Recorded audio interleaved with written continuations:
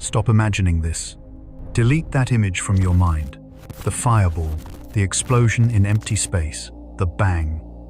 It is the single greatest lie ever told about the origin of our universe. Because if you think the universe began with an explosion 13.8 billion years ago, you might be wrong by a factor of 2. New data from the James Webb Space Telescope has just revealed something impossible. Galaxies that shouldn't exist, stars older than time itself, and a crisis that is forcing scientists to rewrite reality. We thought we knew the beginning, but what if the Big Bang wasn't the beginning at all? December 2021, humanity launched a time machine. The James Webb Space Telescope, a mirror the size of a tennis court, coated in gold, designed to see the cosmic dawn. The plan was simple. Look back to the era 500 to 800 million years after the Big Bang. Standard cosmology, the rulebook we've used for decades, predicted we would find baby galaxies. Tiny, messy clumps of stars. Unorganized, chaotic, just waking up. That is not what we found. Instead of babies, we found monsters. Within days of the first data arriving, astronomers spotted 6 bright red objects that shattered the timeline. These weren't chaotic clouds. These were massive, mature galaxies. Look at this. These galaxies, existing when the universe was a toddler, contain tens of billions of stars. Some are nearly as massive as our modern Milky Way. Do you realize how insane that is? Our Milky Way took over 13 billion years to grow this big. Gravity is slow. It takes time to pull gas together, cool it down, and ignite fusion. But these things? They did it in less than 500 million years. It's mathematically brutal. To get that big, that fast, these galaxies would need to turn nearly 100% of their gas into stars instantly. No waste, no feedback, just pure efficiency. That breaks the laws of physics. Scientists call them the red monsters. And they present us with 2 terrifying options. Option A, we don't understand how gravity works. Or option B, the timeline is wrong. What if these galaxies aren't too big for their age? What if they just had more time? What if the universe isn't 13.8 billion years old? To understand why, we have to leave the edge of the universe and look right in our own backyard. 200 light-years away, in the constellation Libra. Meet Methuselah. Astronomers know it as HD 140283. It's a high-velocity star, screaming through our galactic neighborhood at 800,000 miles per hour. But its speed isn't the problem, its birthday is. We know the universe is roughly 13.8 billion years old. We derived this number from the cosmic microwave background, the afterglow of the Big Bang. It's the bedrock of modern science.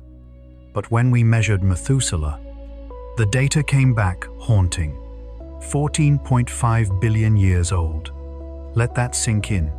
How can a star be older than the universe it lives in? That's like finding a child who is older than their mother. For years, scientists tried to fix this. They adjusted the error bars. They said, well, maybe the oxygen measurement is off, or maybe the distance is wrong. They managed to squeeze the age down to about 12 billion years to make it fit. They swept the paradox under the rug. But now, with James Webb's red monsters, the rug is gone. We have ancient stars nearby. We have massive galaxies far away. Both are telling us the same thing. We are missing time, a lot of it.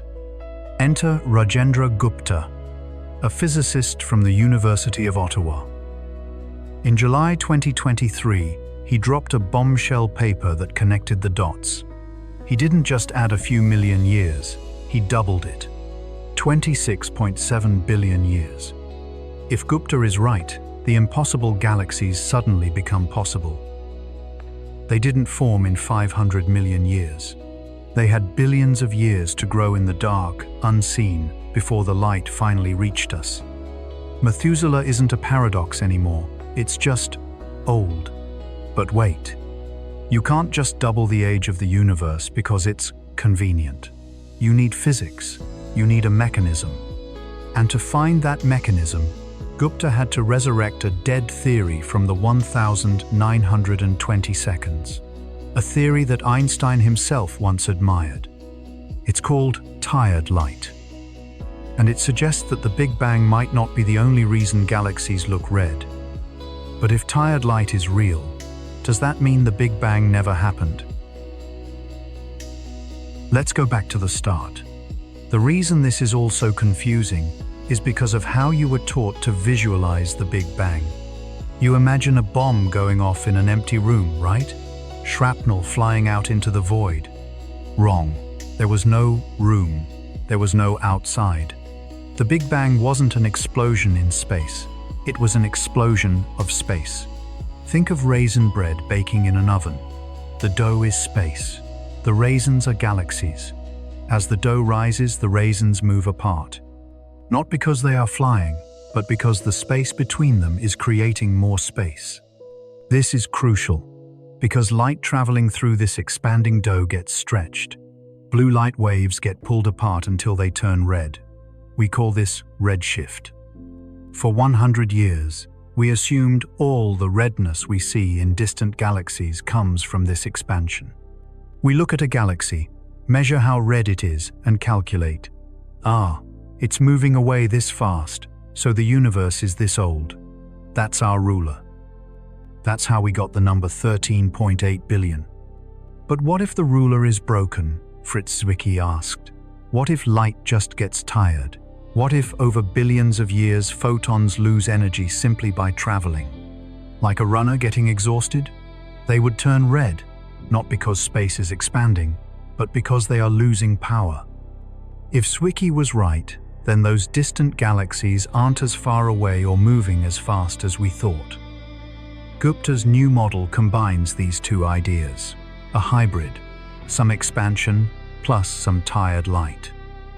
And when you run the math with this new ruler, the age of the universe snaps from 13.8 to 26.7. But if we accept this, we have to pay a heavy price. We have to admit that our standard model of cosmology, the one that predicted the cosmic microwave background, the abundance of elements, everything is fundamentally flawed. Are we ready to do that? Or is there an even scarier possibility hiding in the fraction of a second before the Big Bang? To answer that, we have to talk about inflation, the moment gravity turned backward. If you think 26 billion years is hard to comprehend, try this. We need to talk about a fraction of a second so small that compared to it, a blink of an eye lasts an eternity. This is the moment gravity broke. Before the hot Big Bang, before the heat, before the particles, there was something else. A phase called cosmic inflation. In the 1980 seconds, physicist Alan Guth realized that the standard Big Bang model had a fatal flaw. It couldn't explain why the universe looks the same in every direction. The early universe should have been a mess. Hot spots, cold spots, chaos. But when we look up, the temperature of deep space is identical everywhere. How? There wasn't enough time for the heat to mix. Unless space itself stretched faster than the speed of light.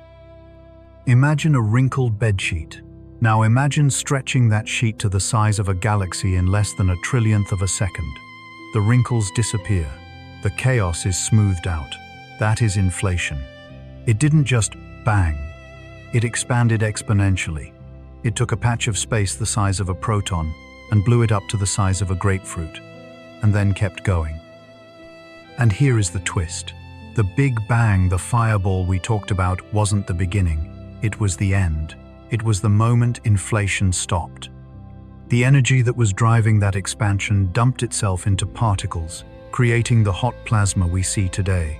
So, asking, what happened before the Big Bang? Isn't a nonsense question anymore. The answer is inflation. But if inflation happened once, did it stop everywhere? This is where the story gets terrifying.